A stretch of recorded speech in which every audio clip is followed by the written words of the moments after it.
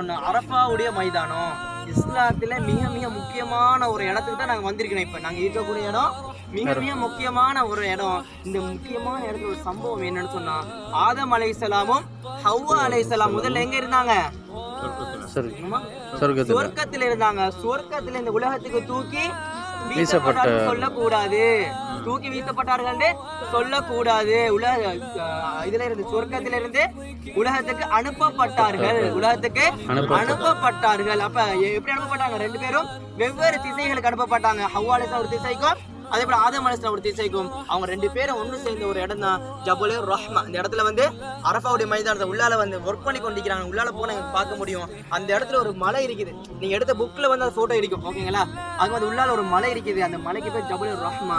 அந்த இடத்துல வச்சுட்டு அவங்க ரெண்டு பேரும் ஒண்ணு சேர்ந்து அல்லாஹ் இடத்துல பாவ மன்னிப்பு கேட்டாங்க. அல்லாஹ் இடத்துல பாவ மன்னிப்பு கேட்டாங்க. பாவ மன்னிப்புடைய நேரத்துல அல்லாஹ் சுப்ஹானஹு வ தஆலா அவருடைய பாவ மன்னிப்பு, அவருடைய தௌபாவை ஏற்றுக்கொண்டான். அதுதான் ஜபல் ரஹ்மா.